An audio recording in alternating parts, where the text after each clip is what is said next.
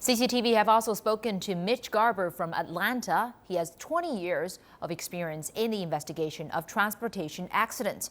He told us just how key the discovery of debris and bodies are, and of course the black box in determining what went so horribly wrong. Well, there's two factors here. One is that they're actually finding both portions of the aircraft and, of course, the individuals who were on board. But again, it gives them a real good, solid lead on where to start looking for the aircraft itself, and most importantly, the flight data and cockpit voice recorders. So those particular recorders, once they get that information, of course, they'll be able to look very specifically at what may have been going on in the moments leading up to the aircraft's loss.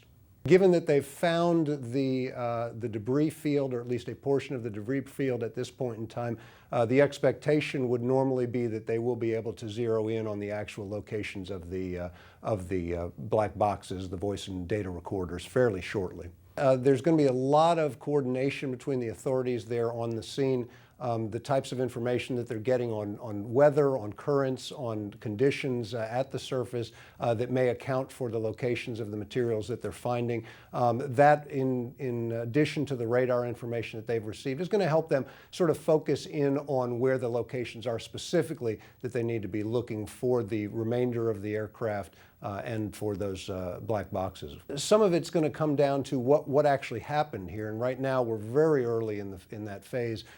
There may have been a situation in which there was a sudden catastrophe that incapacitated the pilots and made them unable to respond to any communications.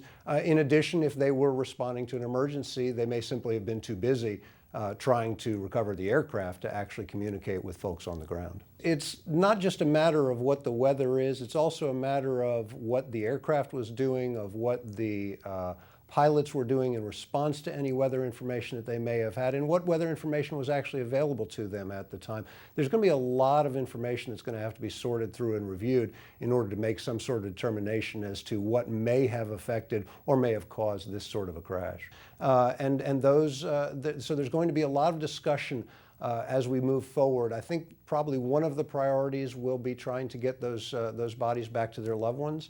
And I think one of the other big priorities is going to be getting those cockpit and flight data recorders. After that, I think it's going to depend on what information is still necessary and how much of that wreckage needs to be recovered in order to answer the important questions.